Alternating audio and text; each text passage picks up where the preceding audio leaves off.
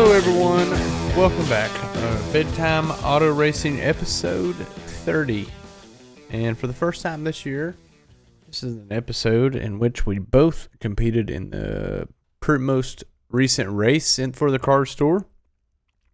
And by competed, I mean I ran 8 laps and absolutely ate shit. But we'll get more into that. Brandon had a little bit more of an interesting night. At least a more long-winded night. But he also eventually ate shit, so... Yep, twice. Yeah. So it wasn't a great... I wouldn't say it was it wasn't a great week for it, a great weekend at the racetrack by no stretch of the imagination. But hell, what's new on Big Time Auto Racing? Before we get into things, we got to thank our great sponsor, GeoCut Laser and Powder. GeoCutFabrication.com. You can order on-demand laser cut parts online with a few clicks of the mouse. Fast lead times and no minimum orders. Again, that's GeoCutFabrication.com. Go there. Get everything sorted out with our boy Adam. He will get you tuned up. They got all sorts of stuff. We've mentioned it before. You can do your own research and find out all the products they have to offer. But if you are one of the folks out there that needs something in the laser cut world, what may that be? 3D. Do you need a sign made with LED lights behind it or something crazy? You could do something like that. Do you need your name custom etched in your stripper pole in the garage? He can do that. I mean, just unlimited things that Mr. Adam Zerfel can do over at GeoCut Laser and Powder. So check them out, GeoCutFabrication.com. Yeah. So again, interesting weekend. It wasn't exactly, it didn't go how we planned, but again, we talked about, stuff other than just our races. Of course, we did ratings, and we talked about what all happened during the race and the drama that unfolded, and not to mention the big one that happened 8 laps in. I can give you guys a real in-depth report of that one. I was legitimately dead center middle of it. I can give you guys an in-depth report there. And I'm even going to do a little quick rundown of the footage, maybe in-car camera recap. That way I can have like a little reel to post on Instagram of my oh shit moment of the year. Before we get into all that, let's just talk about our days. It's like old school big time auto racing, Brandon. Yeah. Before we get going too hard, it all kicked off on Friday. Yeah, I was about to say, before we get going into these practices, man, we had an event Friday night. Me and you ended up having to rally up some troops and get some racing. So how do you feel that your first night of being a kind of sort of promoter / organizer / competitor at the Third Turn Speedway? Now, you've worked there before, but let's just start off this Wilkesboro weekend. How was your Friday night? Let's start off there. Yeah, well, so the great friends that me and you are, we kind of, you had told me, man, just come up, hang out, kind of the car stores deal, which they did a great job, but, let's just come up if you can. And I was like, yeah, man, of course I'll be there. And I seen you coming down the hill on the old Jetson, and I could just tell you had that look in your eye, and I'm like, he's fixing to come ask me something, and I think I might have an idea what it is. And you're like, hey, I think me and you need to get this show on the road. What do you think? And I'm like, yeah, let's get her going. And I think in a matter of about 6 minutes, me and you actually was overfilling the amount of spaces we thought we were going to have for crew member races, spotter races, driver races, better half dash race. And was there one more, or did I cover all of them right there? There's a couple hybrid races in there. There's a couple mixed breeds. Yeah. That kind of conglomerated together. Yeah, but a great turnout, and to everybody, and I'll let Dylon touch on this more because he was actually directly involved with it. Thank you to everybody who did show up and bring a canned food item, which is what the Cars Tour was asking for the Shitty Cooler Showdown, which was the event that was hosted at Third Turn Speedway on that Friday night. But yeah, Dylon and I had I thought we did a pretty great job, man. I had fun doing it. Like you touched on the past, always help you and your family out the week of Wilkesboro. And obviously that got delayed a little bit this year because of the weather back in May. But I'll be honest. It was a better turnout than what I was expecting, just because of it being a 1 day show, and kind of how we all were going to have long days. But And the rain in the forecast on yeah, Friday and night. It didn't look yeah, great. it Every did time not. we posted something, there'd be somebody in the comments. Ain't looking good, ain't it? Damn rain ain't looking good. Yeah, I'm like, God almighty, shut up. Y'all bunch of dipshits. Y'all do this every time. Every time we trying to have some fun. Oh no, it's gonna rain. No shit, it's gonna rain. How else we gonna how else we gonna grow corn and stuff like that? We gotta have some rain. Anyway, go ahead. Yeah, and it did. I mean, it did, but that just helped out us at Third Turn Speedway how we do stuff. Oh yeah, we didn't have to use the water hose. Slicked it up. Yeah. So now, there was a point where it got a little heavy, and we had to say, "All right, let's bring them in and take a slight break. Let her dry off of here." Yeah. So, but man, had a great time. Dylon conned me into hopping in, and I may or may not have been involved in a slight big one myself, trying to get a last transfer spot right at the old line there. But it was good fun, and great. That was a good wreck. You almost. Now I remember that. Now, so I thought. Now, if it was up to me, now I guess I'd have been wrong. But if it is up to me, from where I was standing over there in my announcer's booth in the center of 3 and 4, it was hard to see who is ahead at the line. And from my view, it looked like you were ahead. Oh, it was definitely me. But I mean, let's keep in mind who I wrecked, and I was just there to have fun, and I didn't want to. Oh no! See, yeah. Well, it didn't matter because Landon ends up arguing with somebody else anyway. Yeah. So, so there it is. I thought Brandon was ahead. As soon as Landon's cart hit the inside wall, that damn thing stopped on a dime. It did not keep going. That's what I thought. I was pretty positive. Now, there may be video review that comes into play here, because I'm sure there was a couple cameras in. We could look into this matter further and have some conversations, because but like I said, that's probably a good call on your part. That'd have been better for overall morale, knowing that if you would have if you contested what Landon said, there would have been a 3-day long court battle over him transferring or you transferring, because I'm the one running the race. He's going to make it that much more of a shit show for me, because that's how he is. He'll do it literally just to piss me off. So anyway, yeah. So Landon did successfully argue with someone at the go-kart race. We thought that might happen. It did happen. All for good and fun games. That night went pretty much as expected. The kid won. Yeah, and for all of you, and this is nothing against Tristan, and I'll let Dylon elaborate on this anymore, of going, man, what the hell did y'all do letting Tristan McKee win? I mean, I don't know. It may have something to do with the fact, no offense to the kid, goodwill man, great race car driver, but he weighs like 85 pounds, folks, soaking wet.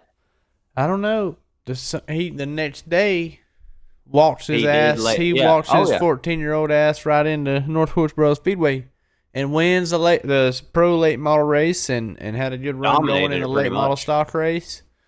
So good for him. I mean, I don't think him winning in pros was a big surprise really for anyone, but also it's a big racetrack, and it's still an accomplishment for him and obviously the team he's racing for. So which is still Setzer, right? Get that. So North Wilkesboro, the winner of the North Wilkesboro race, big race, also won Thursday night at the Thursday Night Thunder track during the Cars Tour race, go-kart race. So it was pretty good. The Shitty Cooler Showdown, I should say. I think next time when we run at Wilkesboro, we'll probably do this again. We'll probably just promote it a little bit earlier in advance and have a little, have a plan and all that of certain, we might do. We'll just see how I love the Thursday Night Thunder style bracket racing that we do. It puts on such a good show, and I think if we kind of promote that ahead of time, we'll have some people that just want to, race like it. And I like having the general public get to race against the Cars Tour guys too. So we'll see next time going into it. Obviously, we'll do Thursday Night Thunder probably regardless of how Friday night's races will be. So if you want to come test and tune for next the October, what is it? Is it October 19th? When do we race? Oh goodness. The October Wilkesboro late model stock race at Wilkesboro. When we race there the night before that Friday night, we'll be obviously doing some racing, some GeoCut racing. When is it? 19th. Yep. Okay. Yep. So the 17th, there'll probably be some big time Thursday Night Thunder races.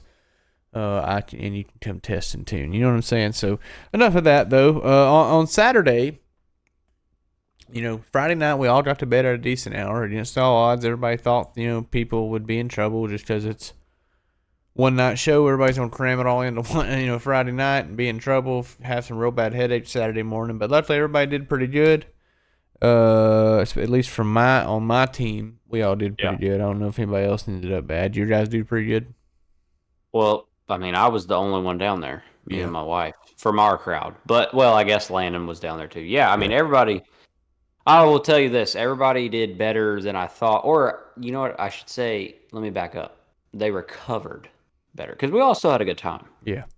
But, yeah, everybody made it into the garage on time and had a nice long day at Wilkesboro starting at 8 a.m. If I would say on a scale of 1 to 10 of how hard of a night I had, or as far as how hard I went, a 10 being I end up on some crazy drug tirade in Las Vegas, I would say Friday night was like a 2.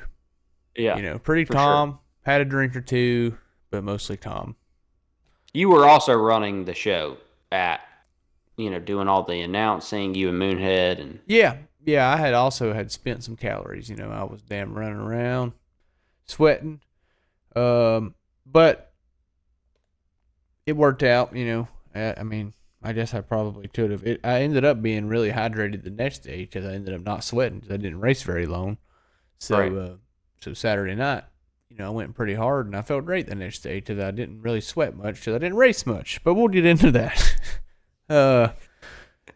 So practice, we've got to practice a few times. Obviously, well, you didn't run the last test and tune, but we did practice before the last race. We practiced that day that it rained out.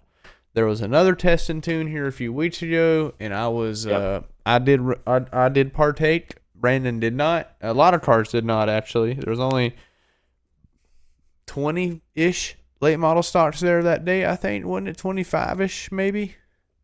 Gosh, I thought it was 25 of y'all total, but you might be right. Yeah. Between pros and late so models, it was like 15, 20-ish late models or something like that at the most. So there wasn't a lot. But anyway, the biggest surprise of practice was when we seen how many cars were there. I was a little shocked that there wasn't more than 40. When I seen that there was 34, and I'm not saying this in a negative manner. It's obviously a lot of late model stocks, and a lot of them are really, really good race cars. It is at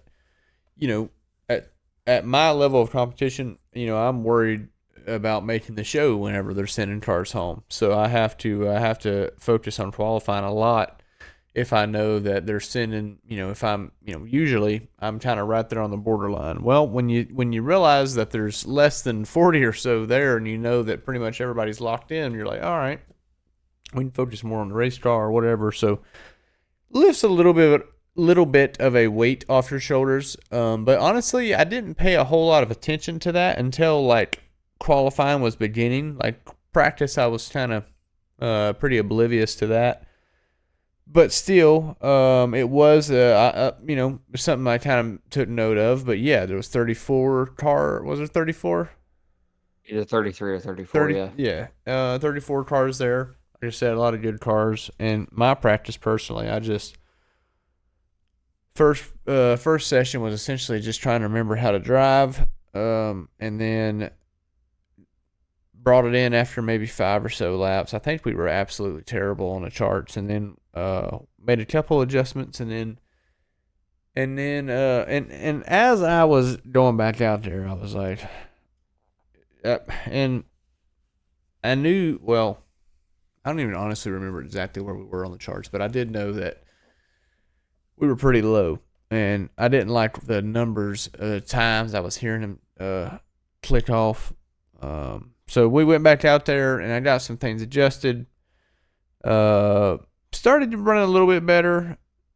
We also had a practice run where my radio was full blast playing. Yeah, God Almighty, there ain't nothing worse. Holy shit! Oh There's man, I nothing don't know worse. what happened, but this is probably one of the best advertisements for sound gear right here, because this is the reason I don't really remember a whole lot from practice, is because during maybe the second or third run, after we made a couple adjustments and worked our way up the charts a little bit to a respectable range for our expectations, my spotter and I are fairly new to each other, and we had conversated to this day only or on the headset so far. I hadn't seen him in person yet, so we just didn't test the radios or nothing. So I'm sitting there in the car, and I key up, checking to see if the radios are, and I probably did it a little late. Like I was like pulling on the track. I'm like, all right, Brooks, I'm out here. Next thing I know, as soon as he keys up and starts talking, all I hear is, it almost sounds like somebody just turns a microphone on and just puts it right beside my exhaust. And you can just hear it's like my push to talk button was just down, and I was hearing my own feedback. It was the craziest, weirdest sound ever. Come to find out, so anyways, as I was practicing, I had at full volume, it sound, even though I turned the volume down on the things, it seemed like it was at full volume in my damn sound. And I'm telling you, I was 4/10 off of my previous session strictly because of how loud that shit was. And I couldn't, I ain't been in the car in a while, so I couldn't figure out how to get to my radio and turn it off. And I was trying not to wreck people was on mock runs in the damn car store practice hornet's nest going 160 miles per fucking hour at North Wilkesboro, and I can't hear myself think. That's quite the dilemma, especially for someone who ain't raced shit all year other than one rainout practice. So yeah, practice was a bit of a blur for me. But once we got that situation figured out, turns out all it was, somebody didn't plug my radio in good enough. And if you just barely plug it in, your headset turns into an atomic bomb in your ears. Such a simple thing that should have never, I don't know, just stupid as hell. But anyway, once we got that fixed, we finally got to work on it a little bit, and we got to a point where I was like, all right, I think we were okay. I made a mock run, and I think we ran a 50, and I know we ran a 50 because I mocked up the same, if not a little bit faster than I qualified, and I knew it wasn't good, or not. I knew a 50 wasn't going to be good enough. So I was chasing a 30, and my qualifying lap, I just don't blame it on rust. It's hard to do it right, but I don't know. Anyways, we'll get back to it. Brandon, how before I get into my race and qualifying and fucking sit here and talk for an hour and a half about my absolute shit show. Brandon, you had some deals you had to deal with. I was about to say. Now, I may have had a shit show, but you might have had a diarrhea hurricane going on, because it was there was some shit flying for sure. So I absolutely love the race team that I drive for. I cannot emphasize that enough. They're just good people. They're people that, is a similar crowd of what Dylon and myself like to hang out with. Just good guys, people similar to Dylon's crew that's been doing it a long time, and just guys that, I've been able to build a great chemistry with in a short amount of time. And it's, some old school racers mixed into that group. And so I think Dylon can attest to this. When things are not going your way, there's times where, even though it's frustrating, I feel like me being a little bit younger than them, you can't help but chuckle at you try to find the right time for it, at how ornery they can get sometimes at something, because it's just it's damn hilarious. And so we started out, obviously I was involved in a crash at Hickory, so we were not able to get that car repaired in time to go to Wilkesboro, and that was the car we had fully intended on taking to Wilkesboro and had tested at in April with, and then, obviously took to the race day, like Dylon touched on in May, where all of us were able to get practice before the rain came. So that kind of all went out the window, and had to dive into the old notebook pretty good and pull out the backup car. And that's exactly what it was pretty much right off the bat. We had some backup car blues, I like to call them. We ended up, unfortunately, well, I say unfortunately, fortunately, finding I kept having some ungodly brake shake. And at Wilkesboro, I mean, anywhere that's not fun, but I mean, especially at Wilkesboro, I was like, guys, I said, this thing feels like it's about to freaking just fall apart. Something is Sounds not like right. my 2006 Dodge Durango. I mean, I was like, holy hell. And I pulled in and I told John Carroll, I said, look, I know you've looked at everything. I said, but I'm telling you, something is just ungodly wrong with this thing. And he and I got out, and we kind of were both staring at the car, and we kind of both looked at each other at the same time, because we kind of both thought we saw the same thing at the same time. And what it ended up being was a cracked right rear rotor. And thank God we found it, because that would not have been fun anywhere, but especially at Wilkesboro, as Dylon touched on. You look like 160 damn old Tyler. Old Tyler, Yeah. right? Yeah. Which I can touch on that later, too, because God bless him. Felt bad for him. He was right behind me when that happened. Don't forget to let me reenact him telling me what happened to his wreck. Yeah. Both of them. So we found that. We went out for qualifying. We weren't really expecting a whole lot. We were just kind of off all weekend, and that's, we had really good speed at the test. We had really good speed at the race day back in May, so it was definitely unfortunate. But like I said, kind of some cards stacked against us that we just kind of had to roll with the punches, but we never quit working. And your car was never the same once the fuel cell went through your center section. Yeah, it was damn sure not. Hickory. That's when your Wilkesboro car got real shitty. It's when the damn fuel cell went through the center section. Yeah, I knew pretty quick that was not going to be repaired in time. So, in typical fashion for Dylon and myself, we both qualified like shit. We both qualified in the same row as each other, just a couple rows apart. But I, unlike Dylon, unfortunately, which I was torn for him, and really it was by luck. I full on locked it up in the big one that I'll let Dylon touch on. I'm sure for all of you who have seen the footage by now, Dylon, along with others, but especially Dylon, did everything they could do to get woed up. I, like I said, was just honestly fortunate. I wish I could say that it was skill and talent that got me through that wreck, but it damn sure wasn't. Because if you look at it, I was in a four-wheel slide, and Connor Hall, thank God, tank slapped Connor Jones, and that's the only thing that shot him back up the hill, or I was going to absolutely knock the front clip off of mine in that wreck. So we made it through that. And then in that caution, actually, on the front stretch for the red flag, I radioed to my guys and I said, guys, I think we have a power steering issue starting to arise. It just felt like everything was tight. And, they were trying to reassure me that when we fired back up, it should clear up. It was just, kind of a low RPM heat deal, which made sense. I mean, as Dylon touched on, unfortunately, it was only 8 laps in, and that particular incident happened on a restart. So I was like, all right. And so sure enough, we got back going and it did clear up. We pitted for the 10-minute break that we had around I think it was lap 45 or so, and fired back off. And sure enough, 5 laps into the run, boom, just absolutely fucking disintegrated a power steering hose. And brought out the caution.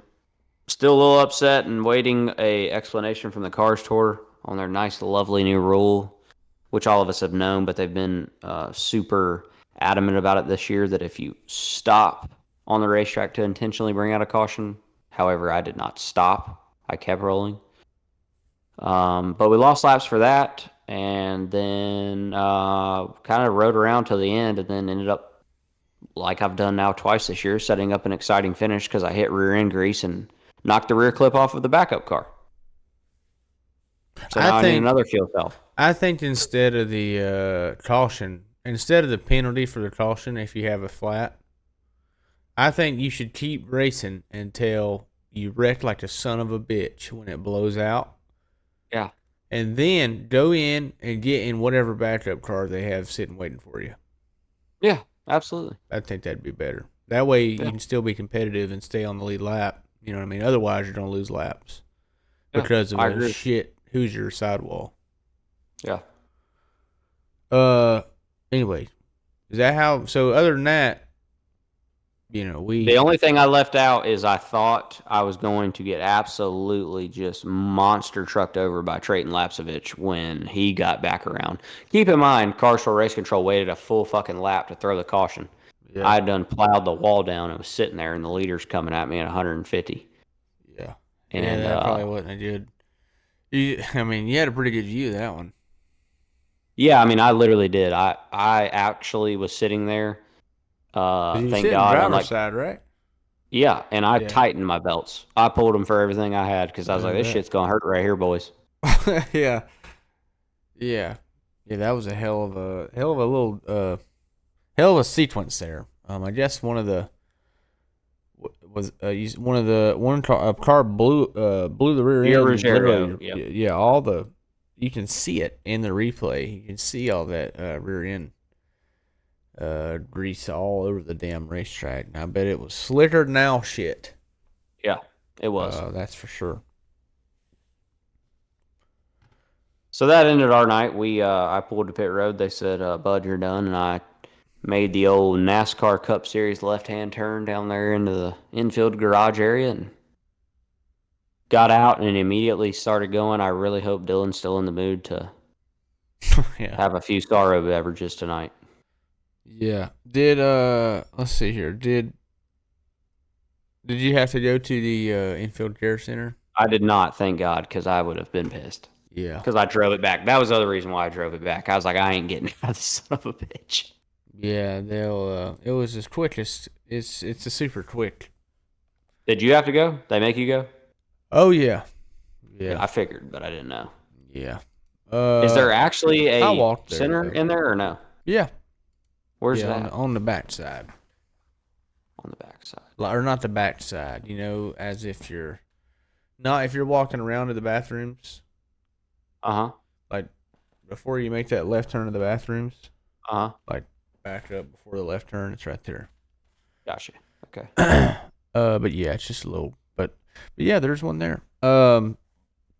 It is it's just one of those things, man.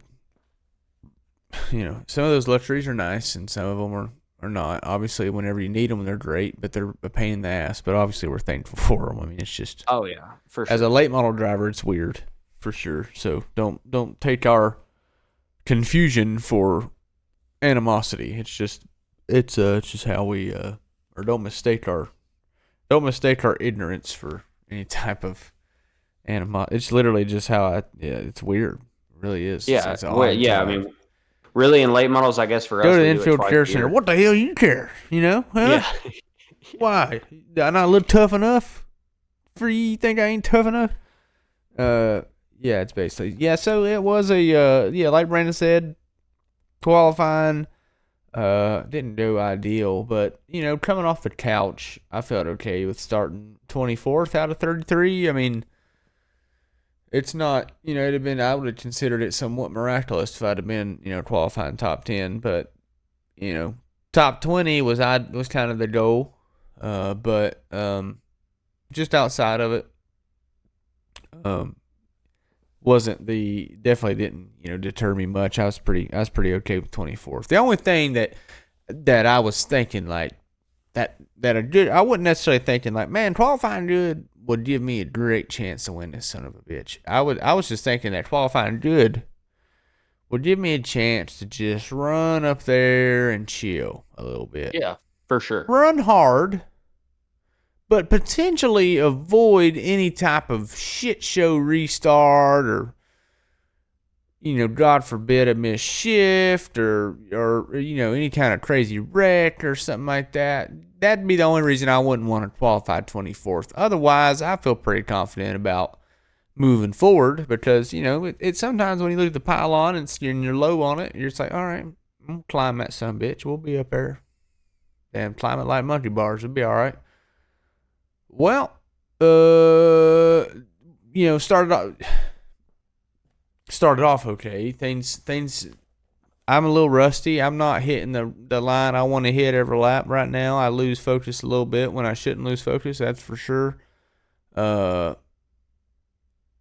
It's hard. Wilkesboro is a tough. It's not a normal late model stock track. That's not late model stock style of racing that I'm used to. So especially on the new asphalt, maybe a year or two ago, last couple of years, if I jumped in and this place is still worn out, I think I'd be as prepared as anybody, honestly. But it's different when it's paved. It's not going to be the same. Just a lot of different characteristics. However, we kind of put that aside and try to have a lot of fun. And I knew that the pace was going to be hot, fast at first. But damn, them boys. I mean, there's from the no damn breaks. drop of the green. I'm talking from the green flag. It is 120%. I saw 3 wide at the line, like people dipping out at the initial green flag. I'm like, holy hell, boys, here we go. I mean, I was the guy on the top. I'm not surprised. I mean, the names you're around when you qualify 24th, you're gonna deal with that. There's guys that qualify back there that's gonna be like, I don't deserve to be here. I race at a much higher level. I should be qualifying way. I have a chance to, but pass the whole field, and they want to get it done in one lap. I get it. And like I said, it's what you deal with when you qualify back there. I'm not here to bitch, but yeah, it sucks. It sucks. It sucked. Those first, you would think it would be everybody's trying to get their bearings for a lap or two, but hell, these guys race every week and they're ready to go. And I got, that's something that I didn't really think of, and they was ready to go. So I got passed by a couple cars. I got around, I think, a couple just kind of by attrition, and I kind of got shuffled once or twice. I think I let Landon go, and right after I let Landon go, the caution came out. That's when Tyler, and this was on lap 8 or whatever. That's when Tyler blew a right front and got up in the fence, and he out after the race. I mean, I got a pretty good story, but he's go ahead and let our viewers know, because I'll tell you after the wreck is when he told me what happened to him, so I'll remind me then. Okay. Well, so yeah, that caution happened.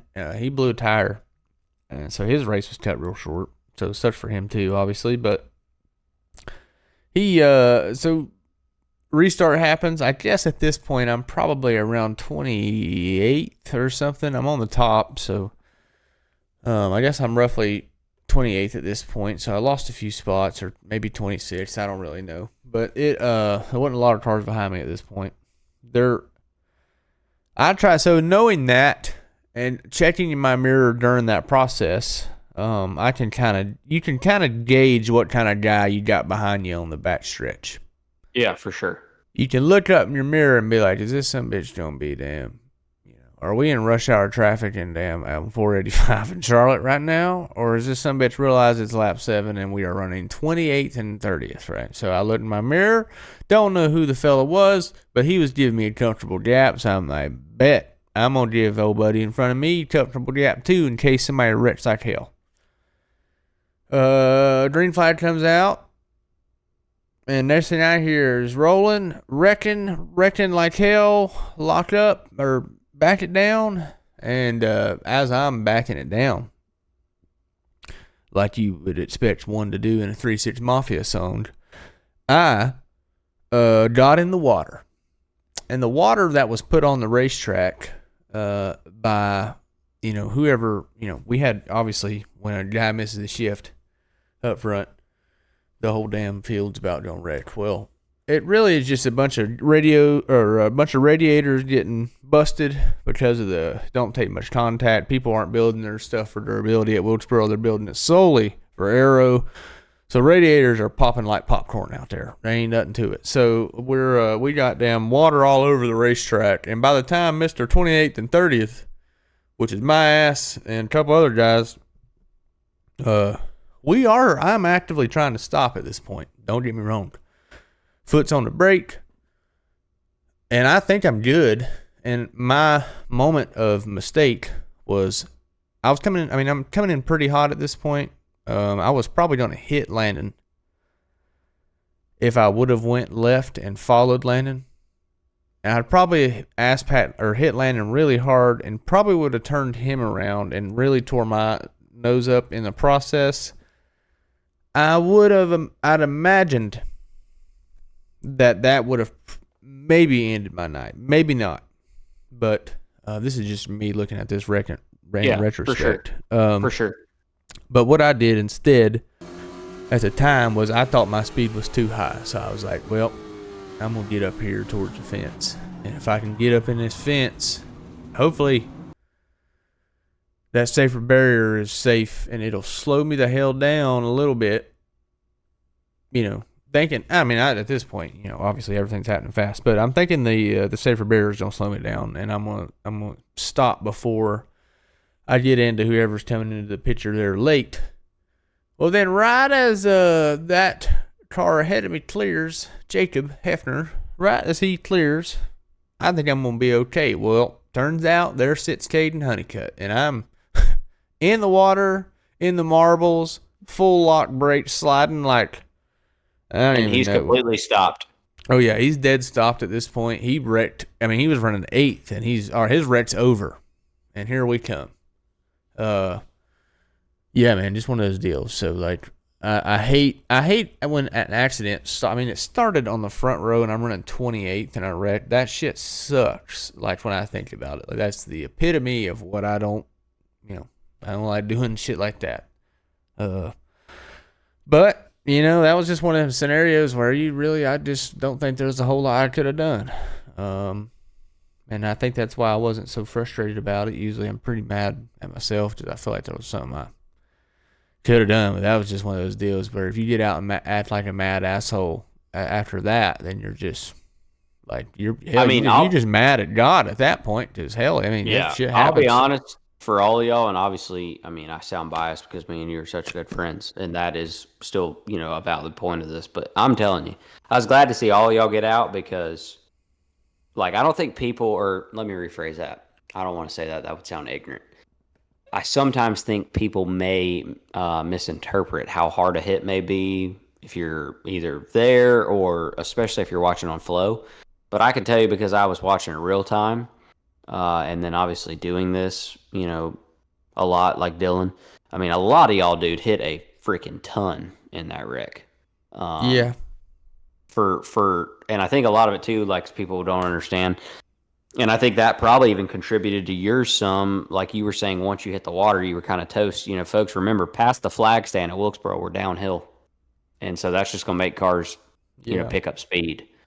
Yeah, especially, it's literally, it felt like ice. Like I don't really know. I've never been in that scenario where I've slid through water / marbles / dust or whatever the hell the grime is of that new asphalt that comes off of the top layer, and it's just slick up there. It if you miss the groove and you get up in it, it's terrible. And mix that with water and go about 120 and lock your brakes up. It don't it's just hard to get stopped, and obviously that's why.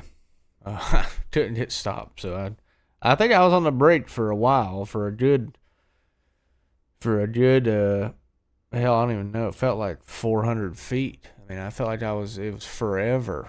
Thought I was gonna be okay at first, and then just it went on a shit. But one of those deals, and then so got out.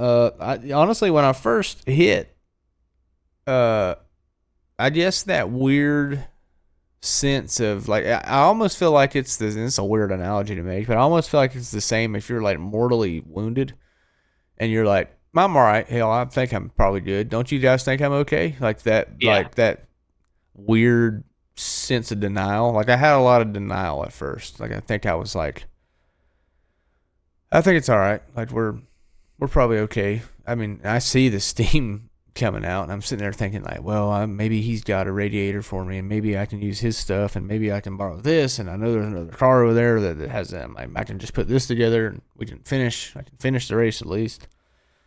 And then I was like, kind of going through the process of, well, if I get out, then they're gonna. Then I forgot, like, shit, I gotta put my window net down. Like, they're gonna think something's wrong with me. So I put that down, and which I got it down fast. Like, these things, this process is all going on pretty quick. I put my window net down quick because I think immediately the first thing I thought of is I wrecked right here in front of my trailer. I know everybody's sitting there watching me, and like, you know what I mean? Like, they want to know. I got a kid and stuff and a wife and shit. Like, they need to know everything's okay. But yeah, I was totally fine. I was, I knew I hit hard, but I guess the spotter reassured me that I hit hard when he's like, damn, you all right? I'm like, yeah, I'm fine. Sorry. Yeah. Dad's asked me if the radiator's okay. I think he kind of knew. He was just kind of giving me a glimpse of hope. And then I kind of got out of the car, looked, realized it was bad, then turned the power off, went over to the other side to unhook my cooler and shit, and just to make sure nobody messed anything up. And then, I don't know, it's always scary seeing your car on a hook. You never know what gets drugged around and whatever. So I was putting my helmet up and all that. In that process, I was right up against the fence, and it was, I don't know, there's a lot of people that knew me or at least knew of me, and I got to talk to, and I was kind of pissed until I talked to them, and made everything a little bit easier when you have a lot of people there. It's like, hey man, that sucks, but I got beer over here. If you wanna come by and have some beers, I'd love it. I was like, man, yeah, I'll do that. It sounds a whole lot better than being pissed off. So it was cool. I had high hopes and pretty high expectations or whatever, of course, like I always do, but and kind of wanted that Cinderella story of to put a year together and off of one race, kind of like we did in 2022, but it can't always work out like you drew it up. We'll just spend a little more time getting the car ready and see what's next. I don't know, at least for us, but we got plenty of time left to race this year. There's still like literally 3 or 4 raceable months this year. That's hard to say right now, at least a couple whiskey drinks in. But yeah, it sucks. But the rest of the race was a pretty good one. I tried to portray that. I know fans at home, because I watch a lot of flow. I watch a lot of dirt racing during the week. I don't know a whole lot of names and stuff, but I do watch racing quite a bit. And every time someone wrecks like a son of a bitch and the whole damn field's tore up and there's red flags, I know I get a little antsy when I'm watching. I'm like, man, is there any other races on? Or what's going on? I'm going to check. I'll check back. So I tried to just kind of make sure everybody was like staying tuned in. Not that anybody would leave because I quit racing, but there was about 6 or 7 other guys that weren't racing anymore too. And I was trying to speak for everyone. Like, don't quit watching just because we wrecked. There's going to be a lot of cool stuff still going on. So I don't know, just trying to be a little bit more positive here and there. Hopefully the manifestation thing is true. But yeah, like I said, I wasn't lying. There was a lot more excited racing that went on. I am not going to say that there was the typical someone comes from the rear and you got the guy that started 20th up there battling for the win at the very end. I mean, everybody that finished in the top 5 started in the top 10. Yep. The biggest mover of the day was Brent Cruz went from 27th to 9th. Ronnie Bassett Jr. went from 20th to 7th and gained 13 spots. And Landon also gained 20, went from 32nd to 12th. So quite the, a lot of good cars obviously kind of held their ground up front, which wasn't very surprising. Butterbean led the first, about 68 laps. And once Trayton took the lead, he really never looked back. I mean, there was a few restarts that happened, and you've seen him, Butterbean would give him a fight for a couple of laps. Minnie Tyrell was up there fighting too. He looked really good. Minnie was in the hunt and thought that he was really close to winning. And Corey kind of came on late. He wasn't necessarily I wasn't looking at him as the absolute favorite to win the race as I was watching it in person, but I knew obviously Corey Haim's a immediate threat as he walks on the property. But at the race, it looked like a race between Brendan, Minnie, and Trayton, obviously. And Trayton ended up coming home with the win, big celebration. But then a couple days later, it was found in tech. They had an illegal rear end and did not have the rule book's quick change rear end in it. And Cars Tour officials deemed it illegal on Tuesday. There was some debate over it. It was deemed good at the racetrack. And then there was another, I guess the other team called and said that it was in the car and it's in the rules, and there was a rules amendment over it. I mean, there's a lot of drama, as there always is, over a situation like this. Brandon, I mean, what's kind of your take on that situation? Obviously, you've been a part of the Cars Tour. You've seen these situations more than I have, and you probably are a little bit more familiar with how these rules are played out. But being that there is there's an appeal process supposedly being put in motion, at least as proclaimed by Chad Bryant Racing and Trayton Lapcevich's team. Now I don't know, legally speaking, if that is totally accurate and true, but I think that's what's been publicly posted to this point. But yeah, obviously some debate over what's going on here. Yeah, so, man, I mean, I think you, just to kind of maybe clear it up for some people, I mean, I think you kind of touched on everything really well there. But, yes, my understanding is the same as yours. There is an appeal process going on. I can speak from past experiences myself one time. As a competitor in the series, you do have the right to file an appeal. Obviously, just like you see on Sundays and in your upper three series, that doesn't mean you're going to win it, but you're more than welcome to make your case or plead your case, I guess I should say. But yeah, the only thing that I'll say, and I mean, this may be wasted breath saying it, some of these people kill me, and what I mean by that is, well, I guess I can even say competitors or people in the industry, because I've seen some of those people. I'm not going to name names, but comment on that. And then, of course, you just have your everyday keyboard warriors that do nothing but sit here behind a computer and say the opposite of what is happening just so that they feel like they're relevant. But, we, and by we, I mean us as competitors, have been pledging for this, for the Cars Tour to hold theirself to the standard that they say they want to be, which is to be the premier, best late model stock series in the country. And in order to do that, I think it's no different than what we do see in your upper three series, or I'll even say as a neighboring to us in super late model racing. Super late model racing is very strict on tech. I mean, it always has been. Dylon and I feel like have grown up being able to see that. Just for if you're a race fan, just to give a great example, look at the Snowball Derby. I mean, you can count on both hands more times than not that there's been a controversial finish or somebody getting tossed in that versus it being square. And all of us as competitors have pledged for there to be more of a crackdown on the tech, that it's gotten out of hand, and that this series has gotten so much exposure that it kind of turned into a free for all. And so, while I hate it for Trayton and for Chad, if what has been publicized is true, it's pretty black and white. I like those guys, but it's pretty black and white, and it's wrong. And so I commend the tour for making it happen.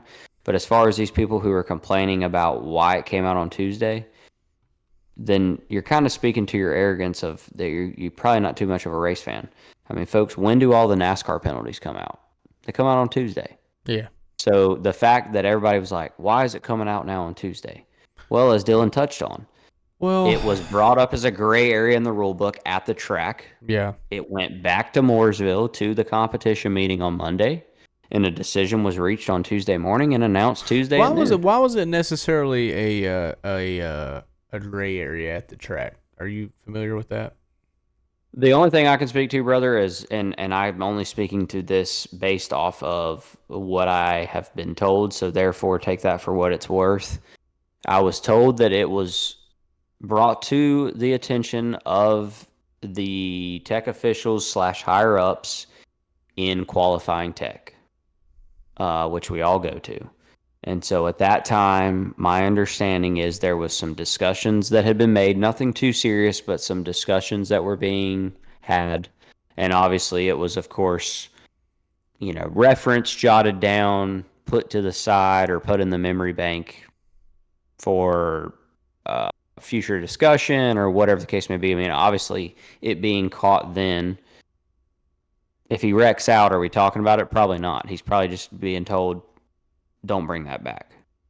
But as you touched on, obviously Trayton went on to win the race.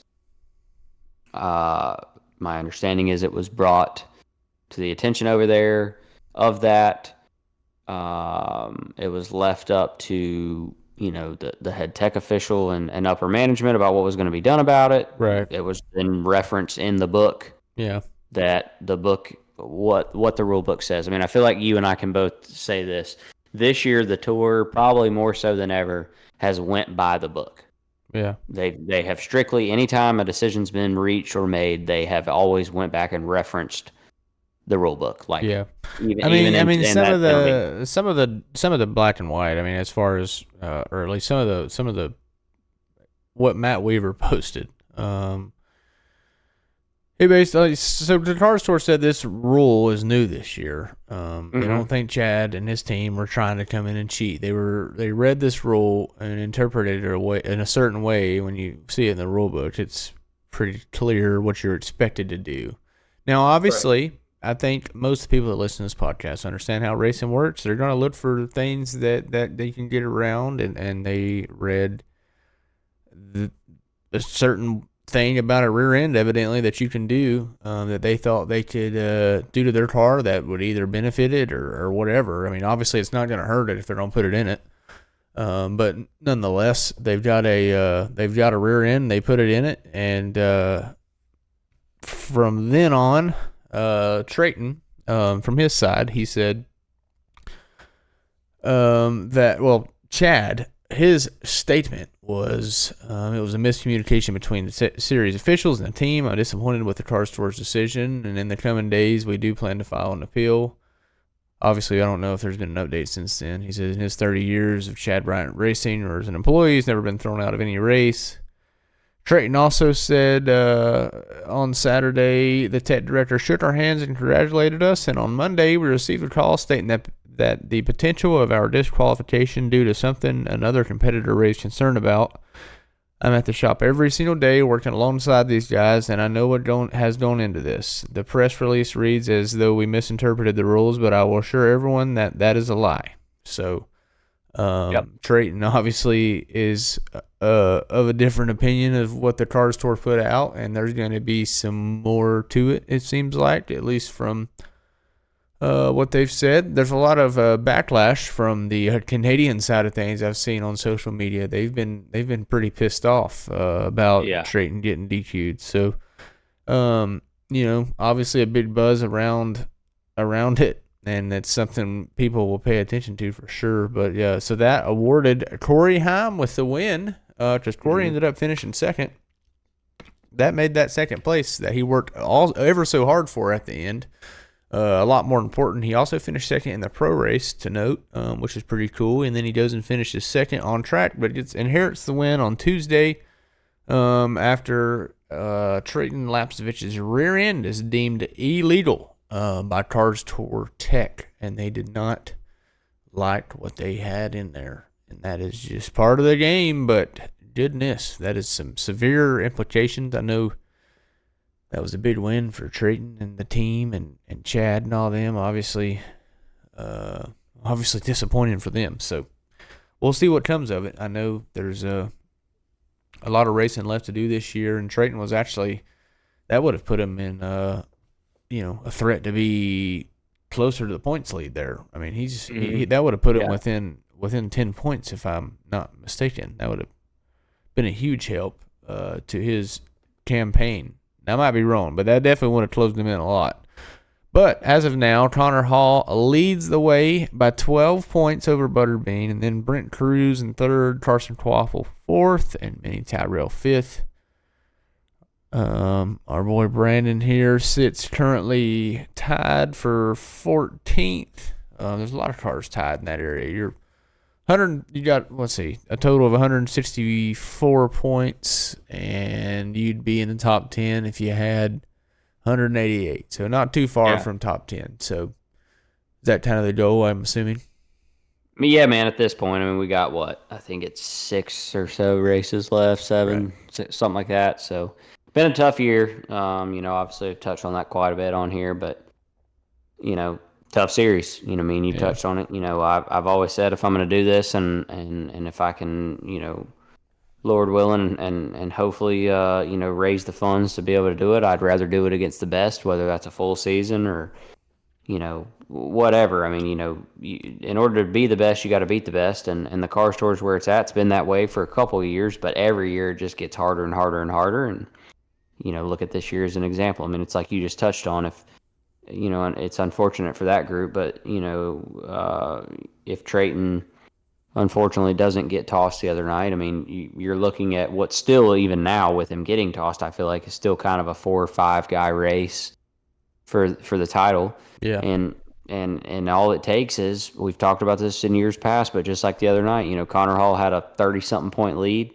comes into Wilkesboro, gets involved in the big one, and boom, changes everything. How many points do you get to win a car store race? I think if it's just outright, so like say obviously you would get credited for leading a lap, even if it's only one, and then that, I think it's 32 or 33. Okay, yeah, so it's a huge swing for Trayton. He sits 53 back. He, would have been at least within 20. So, that's a tough deal for him. But Connor Hall, they had quite the he was the also fight. penalized. Quite the fight. He was also penalized. So he was involved in that melee on lap 8 that your boy was involved in, and he was able to continue, but the whole damn nose was knocked off of it. Looked like a modified racing out there, and in that process, I believe they put on their own tire. Yep, they did. Supposedly they put on a non-approved tire, and that is what is that penalty involve? I mean, to me it was, and again, this isn't me trying to stir the pot, but I mean, once again, it was in a rule pretty well documented. It was a unapproved tire change, basically, or not basically, was. And it's just a 1 lap penalty. So, I mean, he didn't really hurt him too much, honestly, especially what had already happened on his night. So, found that interesting. So, yeah, so just a 1 lap penalty for an unapproved tire. Leave that up for what it is. But the racing gods worked out in Connor's favor this weekend. We'll get more into that. Yeah, he just competed in a truck race, but not a great, had a lot of damage on the nose, or, like I said, looked like a modified, was out there racing a couple laps down, was repairing his car a lot, just kind of limping along, was racing, I don't know, how many laps down did he finish in the race? Let's see here. Where is Connor Hall? Connor Hall finished. He was 3 laps down in the race. I'm assuming, I don't know if this penalty's been assessed here post-race already or what, at least on the results page. I assume not, but it wouldn't affect his position regardless. Nobody's within laps of him. Matter of fact, Brandon's the next car back, and he made 116 laps. The next car above that is 122 at Connor Hall. So yeah, that's Connor Hall was obviously the last car out there running. Everybody else was on the lead lap from 16th up, and that was starting at Daniel Wilkes. So it was so Connor, obviously not a great night for him, but the tire didn't necessarily make a difference at that point. It doesn't look like so.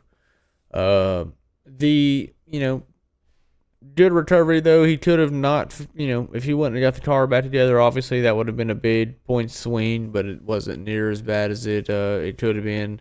Butterbean obviously gained a few back on him, but nothing crazy. So 12-point gap since Connor Hall into Ace, which they were supposed to be racing the other night, and that did not happen due to rain, and it was moved to when y'all doing Ace. Y'all doing Ace this weekend now, right? Yep. Oh boy, Ace in the hole. Mm-hmm. Ace in the hole. It's time. Good old Ace Speedway. Before we get into a quick Ace preview, we got to do our North Wilkesboro ratings. First time I've got to do the ratings with Brandon live because most of the time I ain't racing. And for the first time this year, we're finally going to do a little bit of damn full-blown ratings. So starting off with fun factor. How fun was it to race? Could you pass? Was there a lot of strategy? 1 to 10. I'll start us off this time. Yeah, I'll start us off. Fun factor 1 to 10. I'm gonna say it was. It wasn't a lot. It wasn't old Wilkesboro passing, obviously. No. But a bit of a new animal. A pretty cut and dry 125 lapper. Not a whole lot of strategy going on. Not necessarily anybody coming from back to front. So I wouldn't say it was a ton of fun to go out there and just absolutely race, but it's a lot of fun to practice at. It's one of those tracks you can haul ass at and really try to make some speed and have some time to adjust on the straightaway and get ready for the next corner. Like I said, there was definitely a couple drawbacks in my opinion, just because there's not a whole lot of tire fall off right now. That's a little bit of a product of the new tire. That's also a product of the racetrack. So I'm going to give fun factor a 7 this go around. Yeah, I'm right there with you. Although unfortunately, and don't get me wrong, folks, I love the place, but it's the fun of me and Dylan doing this and always trying to be fair. And so I'm going to go just slightly below him and give it a 6, just kind of for the same reason what he said, really and truly, I did not expect the middle there to kind of, for lack of better words, go obsolete. In 1 and 2, it moved out after the pro race really to what I would consider to be the top, at least for us. For those of you that watched the All-Star race or the truck race, we weren't up there ripping the fence, but we weren't very far off of it, especially by the end. But that was still the preferred line, and you didn't really see anybody without jacking the guy up or toting him off in the corner on entry, completing a pass down there. So that was a little disappointing. Again, I think Dylan touched on it great. I think some of it may be that tire, that particular tire, or that particular compound of tire where we were on the two different compounds on the right and the left. Yeah. But it definitely didn't make passing be a premium really in either race. But like Dylan said, I'm not exactly sure. He touched on, I think, but where Trayton started. But it wasn't a whole lot of lead changes. And wasn't really a whole lot of passing in general. He touched on it earlier, but a lot of those positions gained was by attrition. So that's unfortunate. But hey, like every other new, freshly paved racetrack, old girl wear out and she'll come around, but I'm going to give it a 6.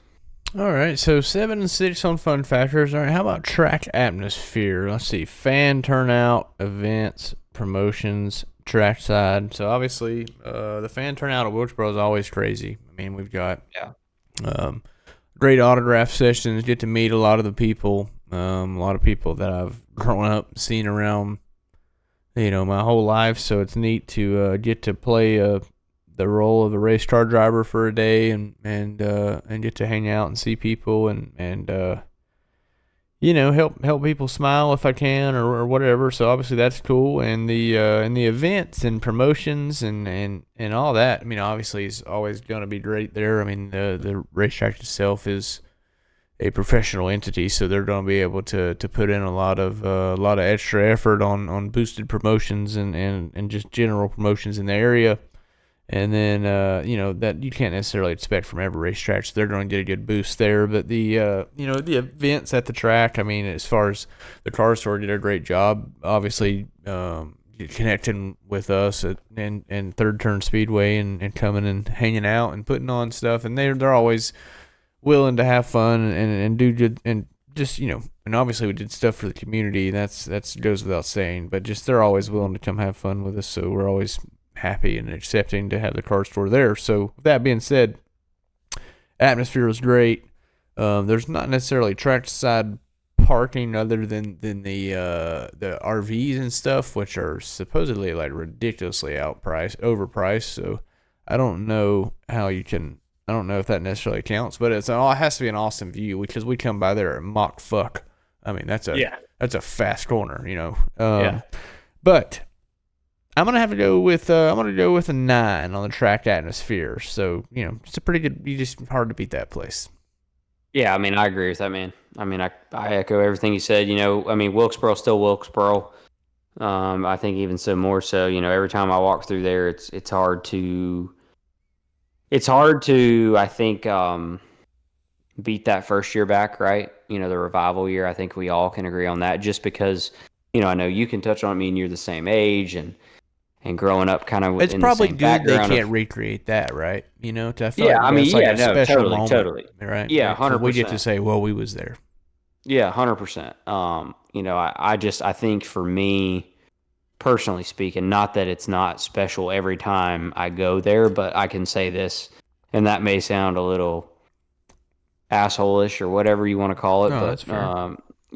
For me, I would probably have to win there or something crazy happen to top that first. Right. Oh, for sure. First time back. I mean, I could have ran like absolute pure dog shit, and it still would have been one of the coolest races of my life. Yeah.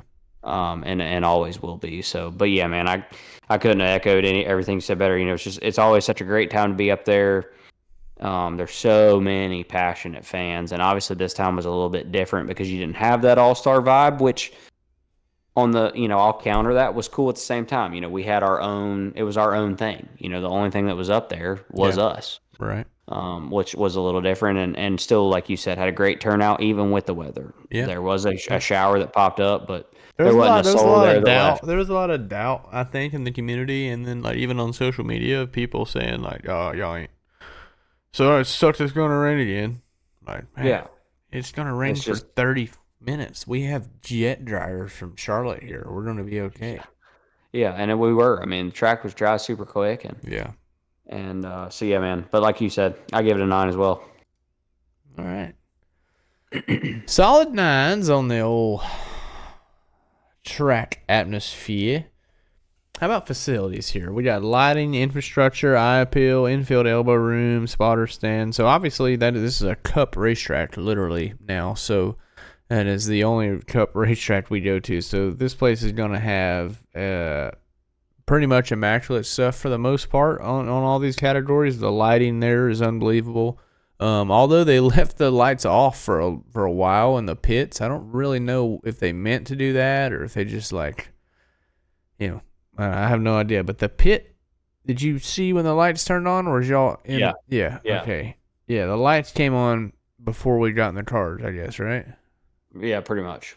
Anyways, it was all dark in the infield, and then all of a sudden the lights came on. It was like daylight down there all of a sudden. So yeah, the lighting there is unbelievable, which obviously goes without saying. But you guys can obviously see it for yourself. If you weren't there in person, you can just look at the broadcast and see how light it was. I mean, the reason we know the lighting is good is because we experienced that first year, and that was some crazy shit lighting there. That's for sure.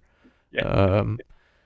So the lighting was great. Eye appeal, obviously they've done great with keeping that nostalgia involved. They flipped the numbers on the scoreboard. They have a vintage LCD or LED screen, which is really cool to see. I watch it all the time. I look at it routinely.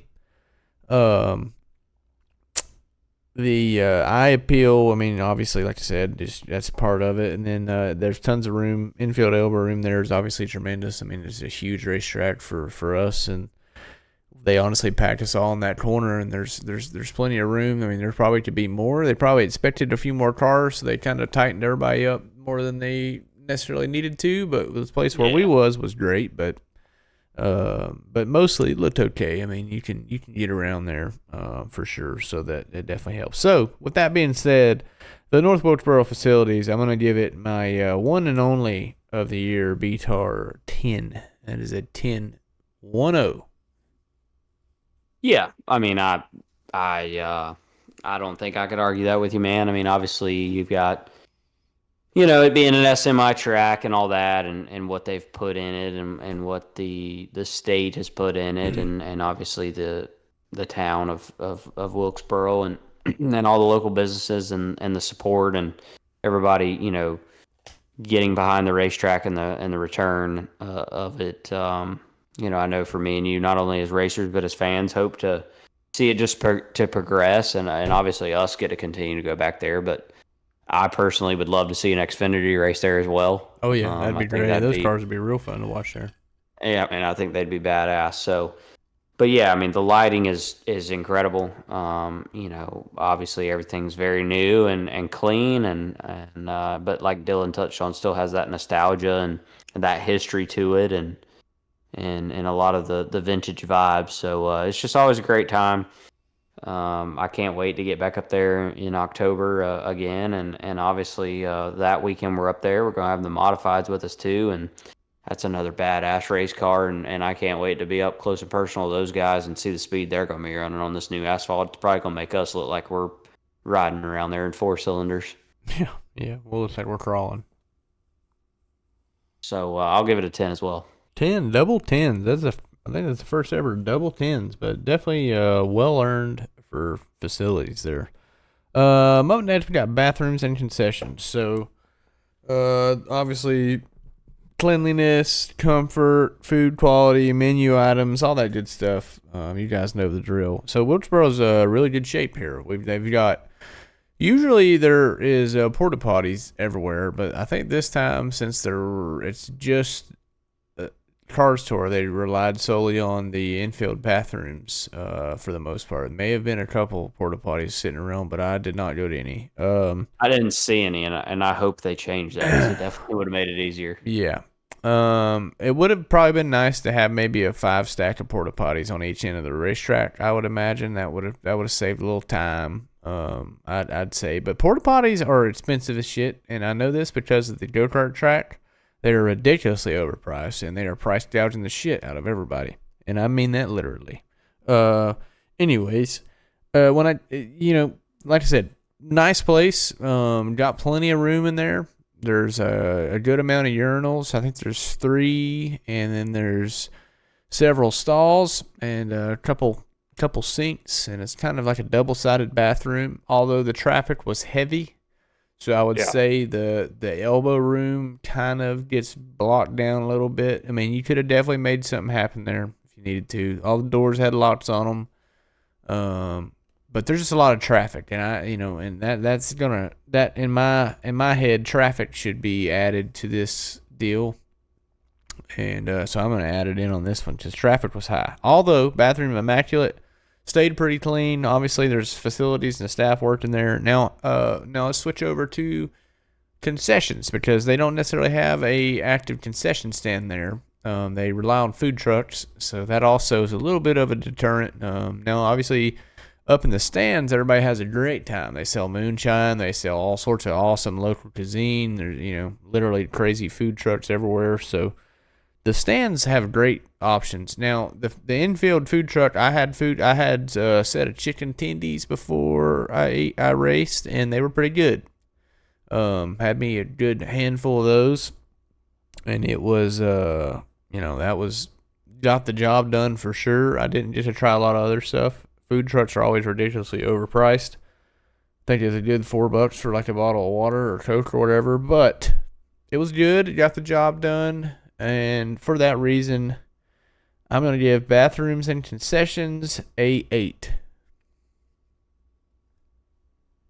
Yeah, I think that's a fair score. I mean, I basically can echo everything you said on the bathrooms. I do know, like, and it's funny you say that about the porta johns because I completely agree. Obviously, we have to rent them out for events and stuff and whatnot, and I completely echo everything you say on that too about how they're overpriced. But I remember when we were there in May for All-Star Weekend. I mean, my God, Yeah. down there at least on our end, turn 1 and 2 side, there was a porta john. Like, I mean, they were elbow to elbow. Yeah. I mean, I felt like there was probably 60 of them. And then, like I said, we pulled in there for this event, and there wasn't. I didn't see a single one. So, but like Dylan said, for how the traffic was in the bathroom and the amount of people we had there, everything still seemed to hold up. Like Dylan said as well, they've got a good infield staff there that keeps everything clean, and they're constantly, in and out of there. So, no complaints there.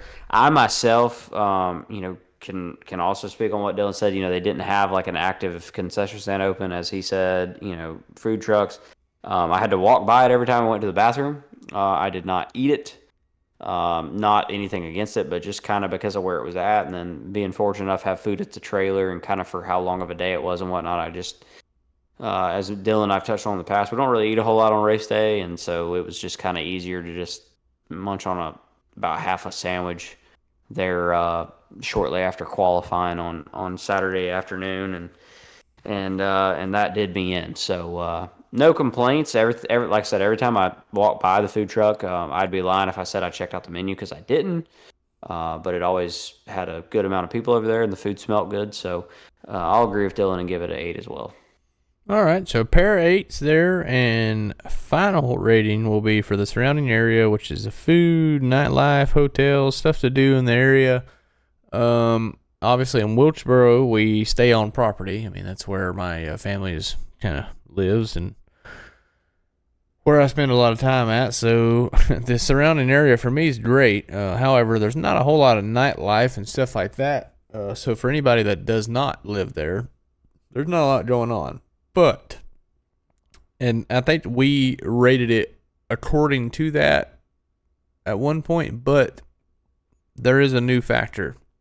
The go-kart track being operational throughout the year throws some nightlife in there, because usually, you can go hang out, race go-karts on Friday night after we race or practice. If that's how a car store will be in the future, or who knows.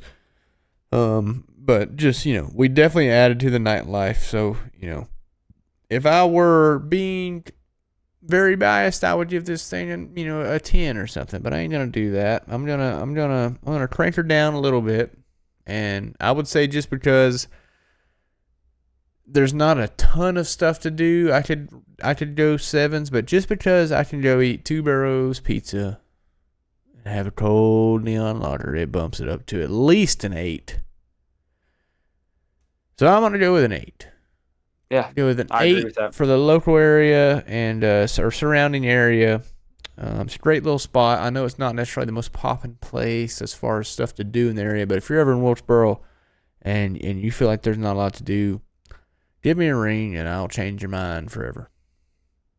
Yeah, I mean, I enjoy the fact, man, that we always, which I guess we're biased because we are fortunate enough to be able to do that, but we camp.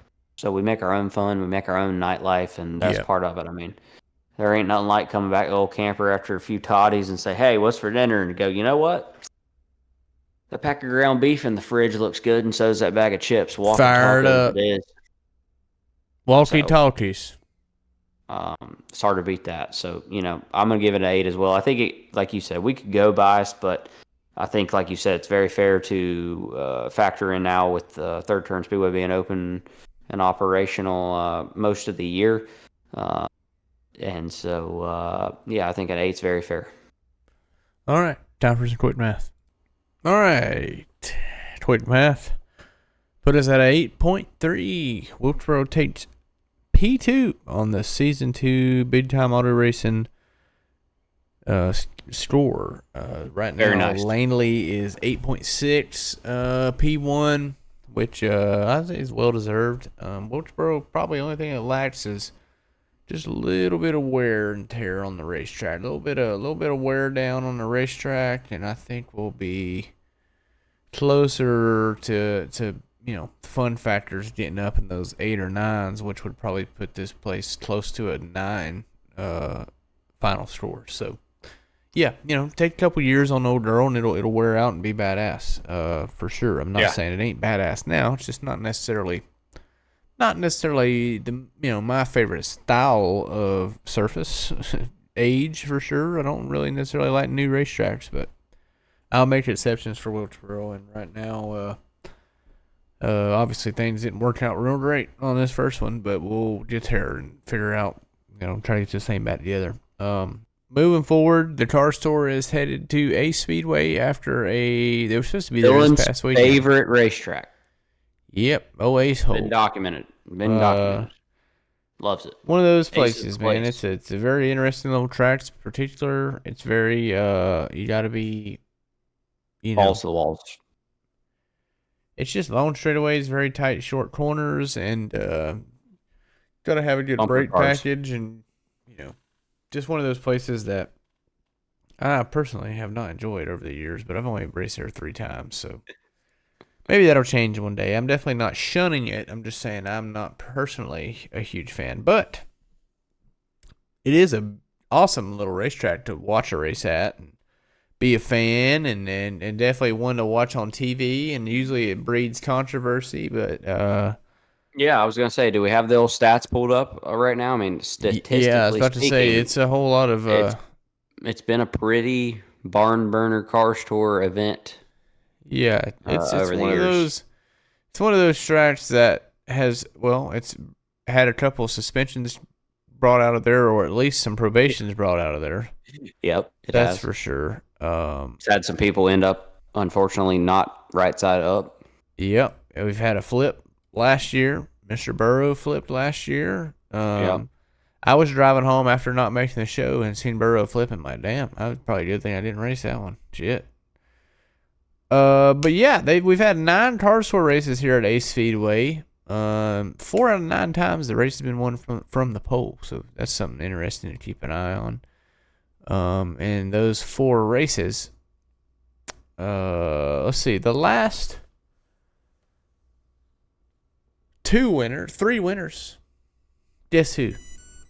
Carson Quaffle. Yeah, old Carson Quaffle has won the last 3 races at the Ace Speedway, which is pretty damn impressive.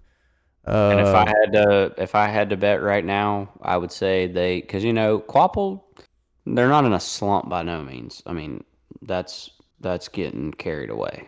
Yeah. But it has been a few events since the 8 car has been back in victory lane. But I'm going to go on record and say that I think he returns there this Friday night.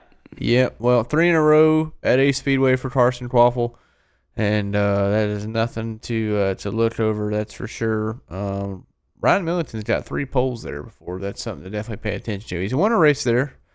It was all the way back in 2020, but he's won a race there, and he's won a lot of local races there too. So Ryan Millington, obviously, kind of something to prove right now. He got the race taken away from him at Hickory after wrecking Connor Hall off of 4. Had a pretty decent showing at Wilkesboro, and then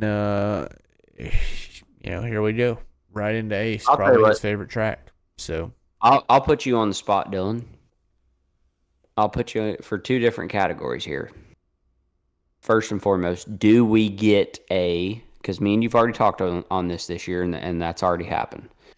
Happened with good old Ronnie Bassett Jr. at Hickory. Do we get a new, or I guess I should say, do we get a first-time winner at Ace this week? First-time winner as in first time this year? First-time winner, no, that's going to be my next one. First time ever? First-time car store winner. No, I don't think so. Absolutely not. Do we get a first-time winner for this season, or will it be somebody as in? Well, I think my picks are Carson. I think my picks are Carson Quaffle and Ryan Millington, but that's just because Carson's won the last 3, and Ryan Millington's won 3 poles there, and kind of is on a redemption tour. Yeah. But that's not the only guys that's been good there. Throughout the years. I mean, obviously. Minnie Tyrell has some experience there. He's been in 8 of the 9 starts at Ace Speedway. Brandon, you've started all 9 races at Ace, which is pretty dang cool. It's been eventful. All 9 races at the Ace Speedway. I don't think I've had a single one that's not been eventful. Maybe, maybe not, but you have But maybe 10's the charm. Who maybe knows? the 10th one will be the charm. We got obviously Deek has had 7 starts there. No impressive stats for Deek here. So What's McCarty's? McCarty's have got to be pretty decent. McCarty's got 9 starts and 10s and 6 top 10s, but is he running the race or? Yes, he will be at Ace. Okay. So How they many wins weren't he at got? Wilkesboro. That was a big 2? story. RNS was not at Wilkesboro. Did they Correct. post anything publicly about why they weren't there? Or? Well, technically they were, just not, I guess, internally as in the house car, so to speak, with as in Bobby and the 15. Well, why wasn't Bobby the 15 and their trailers and? Yeah, so I never was told. I mean, But they didn't post anything publicly. I guess they just didn't come. Yeah, it was kind of a rumor that I heard going around the pit area at Hickory that they weren't going to attend, and they didn't. Yeah, so, well, yeah, that probably good for right after 3 or 4 cars that you would have expected that it didn't come, right? Yeah, I mean, for most of the time, at least expecting some rental deals and stuff. Yeah, I mean that was right after Bobby finished second at Hickory, so right.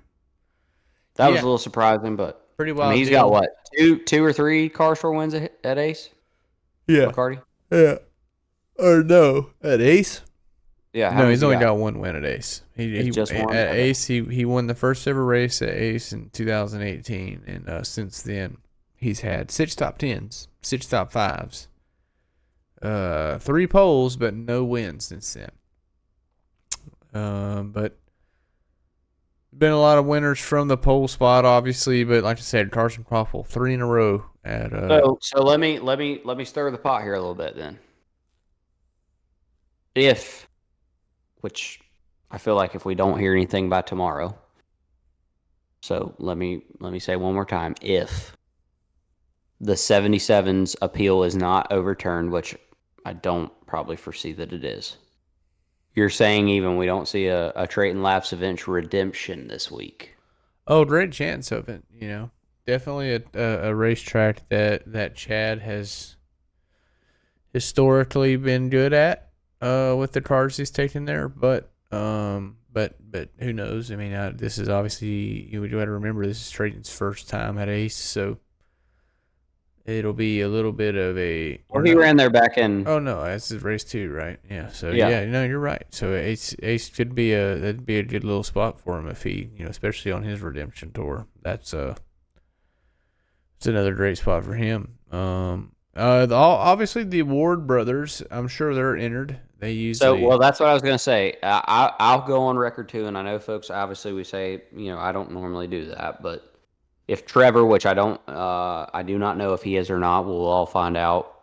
I guess it depends on when you're hearing this, but we'll find out Tuesday at 4 or 5 o'clock for all of you listening, whenever that is. But if he's entered, I would say he's got a good fight chance. I mean, Trevor has obviously elevated his program over the last 12 to 18 months, you could say.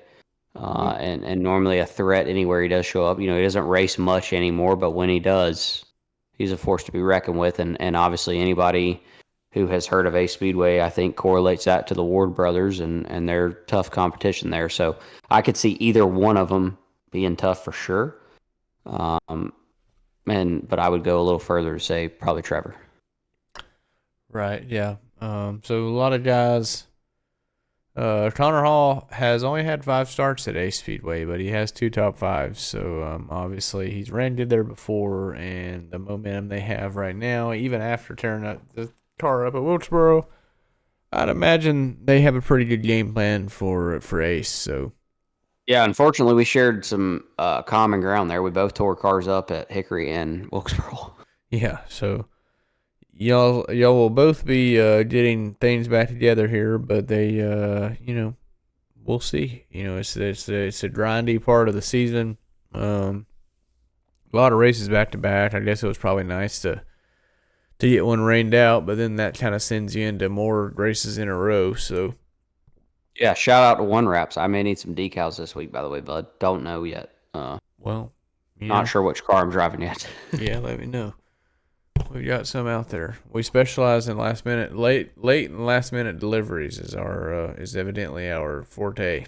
Yeah, So but hey, I tell Dylan, food and a brewski make it a little bit of a easier task, and the yeah, answer is always hell yeah. yeah, it Let's do usually it. helps. Yeah, it's was one, for me personally, it wasn't a great weekend, but I think for the car store and their, kind of first really true standalone cars tour Wilkesboro race, I think it was a great success. I think things went great. I think they worked together well with the racetrack, and everything seemed to be pretty smooth and seamless. They didn't, Mm. the racetrack itself didn't I didn't feel like they overextended their rule and how they necessarily do things for cup races versus how we do things for car store races, and we're definitely all thankful for that. The Not only thing they did, they went rogue, I guess you could say, so to speak, and did kind of cause a brief panic Saturday afternoon when they accidentally posted that we were going to move everything up to 7 o'clock and late models were going to race first. Everything kind of Oh went to yeah, hell there for about 10 minutes. But yeah, other than that, we were all smooth sailing. No, I think Dylan touched on it best, folks. It was great to be back up there. It was kind of cool and a little. I'll go to say not eerie, but I guess it was just odd to be there by ourselves, right? yeah. It At was least for me, it was a little odd. Yeah, it was definitely Um, definitely a little weird at least compared to what we're used to. um, But but we say that, and then now maybe we'll get to October and be like, damn it, I wish we were by ourselves again. But who knows? I can yeah, honestly say, as a race fan, I can't wait to see them modifieds come screaming down the front stretch into turn one downhill and about peel the damn asphalt up, probably, even though she's brand new. yeah, it'll be cool. Obviously we've got a lot of racing left to do this year. In the cars tour. Me personally, or Brandon's got obviously all the cars tour races left, and the remainder of the Triple Crown, which is just Martinsville. That's gonna be TBD on Martinsville for Okay, for this so crowd. we'll see. But Yeah, I you got do a big. definitely got the rest of the tour, and then maybe even later in the year, there's all the South Carolina there's Florence I would races and stuff like that. So I will definitely be at that one, and I hope to drag Dylan with me. He yeah, loves Florence. For any of you people who have ever listened to this podcast, Dylan thinks that Florence, South Carolina is one of the greatest cities in the United States of America. He's a big Buc-ee's fan, big advocate of Buc-ee's. yeah, so much so I might run the son of a bitch actually. Well, Uh, let's do it.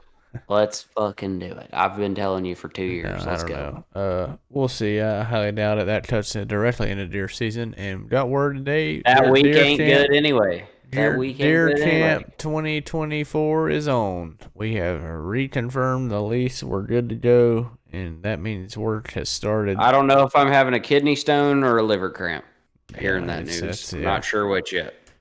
You yeah. tell me. The ghost of 2023 Deer We Camp did. antics We still did. haunt us. We did absolutely etch ourselves in history last year, though, folks, which Dylan documented, and I still hold myself to the fact that that was a pretty cool event. That he, myself, and Moonhead were having a full-on conversation at about this volume when a deer decided to walk up, and Yeah, we couldn't believe it. I mean, craziest thing I ever seen. I mean, it just the easiest way to describe it. That deer was essentially suicidal. yeah, because I will let Dylan tell you guys where I'm not bullshitting you. It was, normal volume. It was still legal shooting light, but we were kind of just all out there. Wind wasn't good, and we were just having a good time. A nice evening sit with the boys. And next thing you know, Dylan's like, "Holy shit, guys! Look, Damn deer. Yeah, it was cool. So deer season obviously is starting to my trees are starting to lose leaves. And I got a tree yeah, that's a late summer tree, shedder, and it's shedding and it's about oh, gone. And that's the sign there, bud." and you know what that means? I need to get the old damn bow sighted in. Every year when that sumbitch starts a falling, it's time to get the bow sighted in. Turns out my strings are bad. But I think Oh, Chad does both, so I'm gonna take it to him. So we gonna see what happens. But before we get into deer hunting, we got Ace Speedway Cars Tour coming up this weekend. You guys tune in, obviously. Brandon's going to race. I am sure as shit not racing that, especially after tearing my car up. But y'all go watch it. I'm going to race, and then I am immediately bolting to go to one of my good buddies' bachelor trips. So, and that race is on a Friday night. Don't forget, Friday night racing.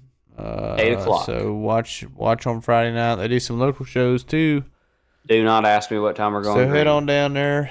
10:15. I'll be I don't know where I'm going Saturday. I'll be at a racetrack somewhere, I'm sure. We're doing a little video work, but the No, you just said you're gonna be sighting in the old bow. no, hell no, not this weekend. I gotta get it restrung first. That damn thing looks like frayed leather. It looks like hell. Looks like somebody been tying a deer stand up with this thing for 16 years. But yeah, it don't look good. I gotta get my bow fixed. But Thursday Night Thunder coming up this week. Thursday night, folks. If anybody's listening and you're a fan of that, we are racing Thursday night. I'll be there. Somebody come beat Jason Garwood, damn it. Yeah, we don't have to do something. But y'all come try to take over the lead. We don't need somebody to sweep them. We need some drivers. Some people that know what they're doing. Come out there and drive. But if you just want to come have fun, that's cool too. They always have a good amount of good times available as far as we got like a hot dog stand and some popcorn and stuff like that. And then we got you got a chance to race 3 separate times. Usually good live music playing, and I'm usually DJing / MCing the event. And I like to talk shit. So if you want to come hang out. It's a good place to do it. I would say that most of the time I'm busy working on my race car, getting ready to go race. But I ain't working on nothing because the radiator went through. The only thing I'm working on is the scratches on my windshield that Caden Honeycutt's fuel cell bars put in it. So that's the only thing I'm working on right now. We'll get it straightened out though. I'll go buy me some scratch fixture. But we'll see what happens. I could check out I could go see if GeoCut Laser and Powder has scratch fixture for my windshield. Yeah. That went windshield deep into the and underneath Caden's fuel cell. GeoCutFabrication.com. Not sure if they have scratch preventing stuff, but they do have some really cool availability. And as far as literally all sorts of GeoCut of laser and powder. Brandon, have you ordered anything lately from them? I haven't, but as me and you spoke earlier this year, I promise you by the fall months this year and rolling right around deer camp. Matter of fact, oh by God, there in the old mountains, the old rocket stoves. I'm gonna bring that torpedo stack's what I call it. Gonna get us. I like it. Nice BTAR one made up. And, it's gonna be cool, man. Come deer season, they're coming real handy. I actually have a lot of work that I need done sign cut wise from GeoCut. But yeah, they do all sorts of stuff. But GeoCut Laser and Powder, you can order on-demand laser cut parts online with a few clicks of the mouse, fast lead times, no minimum orders, and again, that's GeoCutFabrication.com. You can go there. You don't have to listen to us ramble about it. If you're interested, seriously, go there and you can find out a lot more about what they do. And they got cool stuff all over their Facebook pages too. And they'll keep you updated on what they got going on because I'm telling you, it's some cool stuff. Man, that's a good episode. That was kind of a long one, but that was to be expected with first time racing this year. Had a lot to cover. Wanted to give you guys something to listen to, and hopefully over the next couple of weeks we'll get a couple more of these drummed up or something. I don't know what the future holds for me as far as my racing and podcasting career goes, but I do have some pretty cool things coming up in my life that hopefully I can announce one day or whatever. But for now, I just kind of have to keep everything quiet, just keep on digging, keep on working. and see what's to come. But racing wise, I think the next one I can say I will be at green light for sure, no doubt about it. It's obviously Wilkesboro. I was hoping to go to Wake County, but I think you can pretty much count me out of that one at this point. I don't think there's any shot in hell I'm getting everything back together for that, but we just got a little bit of stuff we got to take care of first, and that's probably a smart thing to do. So, Brandon, however, will be at Ace Speedway this Friday night, and they're going green at 8 o'clock, so tune right in. I will catch you guys on the flip side. We'll see y'all soon on Big Time Auto Racing. Peace out.